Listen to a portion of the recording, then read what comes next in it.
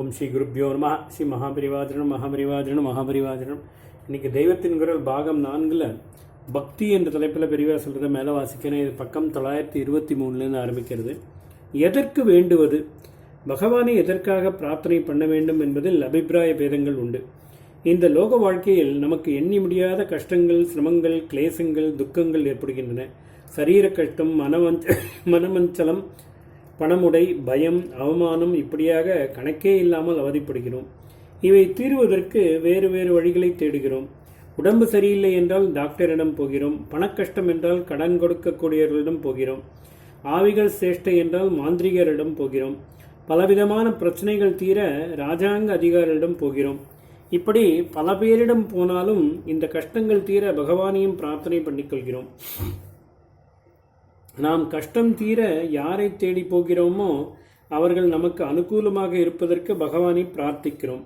Doctor மருந்துதான் கொடுப்பார், அது நமக்கு பலிக்க வேண்டுமே, இதற்காக பகவானை வேண்டிக் கொள்கிறோம்.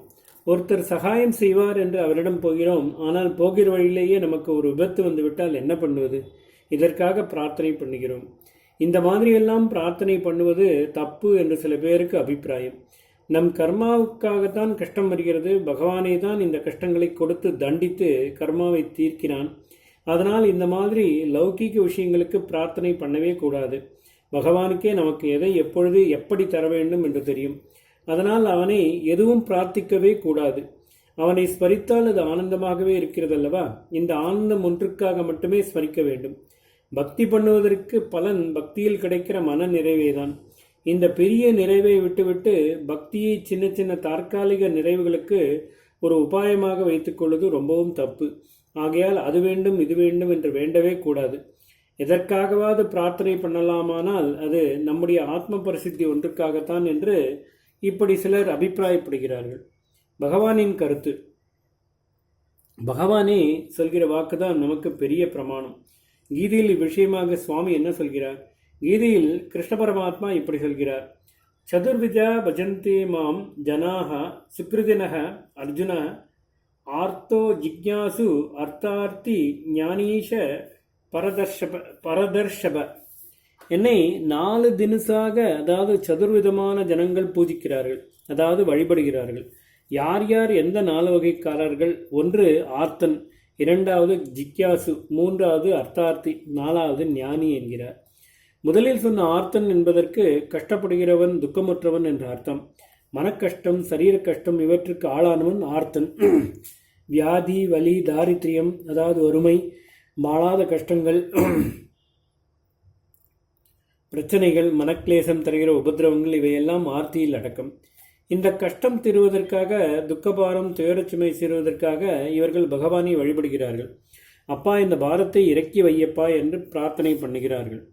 பக்தர்களில் 2வது வகை யார் என்றால் ஜிக்யாசு, அதாவது ஞானம் அடைய விரும்பி சாதனை செய்கிற சாதகன். பகவான் தான் ஞான விதை போட வேண்டுமாதலால், ஞானாம்பாள் தான் ஞானப்பால் கொடுப்பாள், ஆதலால் இவன் பகவானை வழிபடுகிறான். ஆர்த்தன் மாதிரி இவன் ஞானம்தான் ஞானம்தான் என்று வேண்டி பிரார்த்தனை பண்ணினாலும் பண்ணுவான்.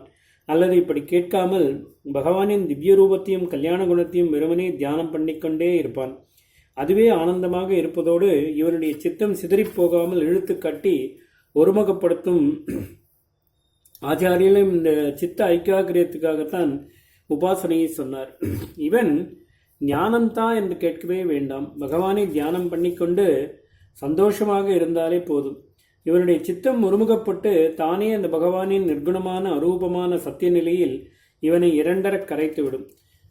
அப்படி ஜீவாத்மா என்று கொஞ்சம் கூட தனியாக பிரிந்திருக்காமல் சத்திய வஸ்துவோடு ஐக்கியமாய் இருப்பதுதான் ஞானம். அந்த நிலையிலே பூஜையும் இல்லை, தியானமும் இல்லை. அந்த ஸ்டேஜுக்கு போவதற்காகவே முதலில் இந்த ஜிக்யாசு பகவானை பஜிக்கிறான். 3வதாக அர்த்தார்த்தி. முதலில் சொன்ன ஆர்த்தியில் வருகிற தீ வேற, இங்கே அர்த்தார்த்தியில் சொல்கிற தீயும் தாவும் வேறே.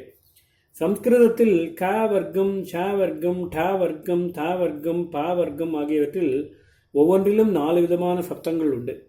காவை எடுத்துக்கொண்டால் முதலில் கா, கேஏ, அப்புறம் அதையே அழுத்தி கேஎச்ஏ, 3வதாக ஜிஏ, கங்கை என்பதில் வருகிற மாதிரி, 4வதாக இதையும் அழுத்தி கா, ஜிஹெச்ஏ. இப்படியே ச ட த பாவிலும் நன்னாலு உண்டு. தாவில் முதலில் சத்தம் டீயே தான் ஆர்த்தியில் வந்தது. அத்தார்த்தி என்பதில் வருகிற தாவும் தீயும் இரண்டாவது டிஹெச்ஏ. அத்தார்த்தி என்றால் பொருளை இச்சிக்கிறவன் என்ற அர்த்தம். அர்த்தம் என்றால் பொருள், அதாவது பணம். அர்த்தி என்றால் அதை வேண்டுகிறவன். முதலில் துன்புற்றவனை சொன்னாரே, அதிலேயே பொருள் இல்லாமல் கஷ்டப்படுகிறவனும் அடக்கம்தான். அதனால் இங்கே பிரித்து சொல்லியிருக்கிற அர்த்தார்த்தி என்பவன் வறுமையால் கஷ்டப்படுகிறவன் அல்ல. வாழ்க்கையை நடத்தவே முடியாமல் இவன் சிரமப்படவில்லை. ஆனாலும் இது போதாது, இன்னும் நிறைய சுபீட்சம் வேண்டும் என்று பகவானை பிரார்த்தனை பண்ணுகிறான். நம்மில் பல பேர் இப்படித்தான் இருக்கிறோம். காலக்ஷேபம் நடக்க நமக்கு சிரமமில்லைதான். இருந்தாலும் இன்னும் நிறைய சௌகரியம், வீடு வேண்டும், கார் வேண்டும் என்று ஆசை இருக்கத்தான் செய்கிறது. சப் கலெக்டர் கலெக்டராக ப்ரமோஷன் கிடைக்க வேண்டும் என்று பிரார்த்தனை பண்ணுகிறார்.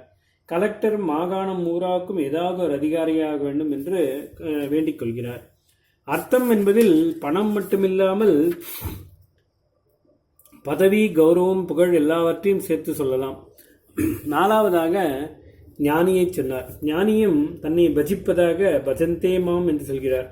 சற்று முன்னாடி தான் சொன்னேன், ஞானியாகிவிட்டால் அப்புறம் பகவான் பக்தன் என்ற வித்தியாசமே இல்லாமல் பரமார்த்த சத்தியமான ஒரே ஏகத்தில் இவன் கரைந்து அங்கே பூஜை தியானம் எல்லாம் நின்று போய்விடுகிறது என்று. இங்கே இப்படி ஞானியும் பக்தி பண்ணுவதாக பகவானை கோட் பண்ணுகிறேனே என்றால், ஞான சமாதி நிலையில் பகவானுக்கு வேறான பக்தன் இல்லைதான். ஆனால் ஞானி எப்பொழுதுமே இப்படி லோக பிரக்ஞை இல்லாமல் நிர்விகல்ப சமாதியில் இருப்பதில்லை. அவனுக்கு வெளி உணர்வு இருக்கிற அல்லது இருக்கிற மாதிரி வெளிவதற்கு தோன்றுகிற சமயங்களும் உண்டு. அப்படிப்பட்ட சமயங்களில் சமாதி நிலையில் எந்த நிர்குண நிராகார, அதாவது குணமும் குருவும் இல்லாத சத்திய வஸ்துவோடு இரண்டர கலந்திருந்தானோ, அதே வஸ்து லீலா நிமித்தமாக பல குணங்களோடு ரூபங்களோடு லோக நிர்வாகம் பண்ணுகிறதை ஞானியாகவன் ரசிக்கிறான். வாசுதேவஸ்து சர்வமிதி என்று அந்த வாசுதேவனே கீதையில் சொன்ன மாதிரி, இந்த ஞானி லோகத்தில் எதை பார்த்தாலும் அதை பரமாத்மாவாகவே பார்த்து இதுவும் அதன் இன்னொரு வேஷம், இன்னொரு விதமான லீலை என்று அதை ரசிக்கிறான்.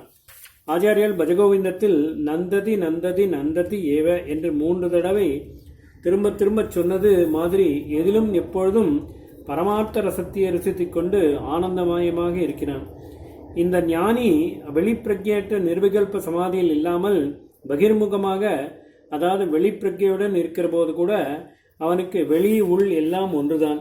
வேதத்தில் சொன்னது போல உள்ளே வெளியே எல்லாம் அந்த ஒரே நாராயணன் வாசுதேவன் பரமாத்மாதான் வியாபித்திருக்கிறது என்று உள்ளுணர்வு இருந்து கொண்டே இருக்கும். ஓம் ஸ்ரீ குருப்யோ நமஹ. ஸ்ரீ மகாபரிவாஜனம் மகாபரிவாஜனம் மகாபரிவாஜனம்.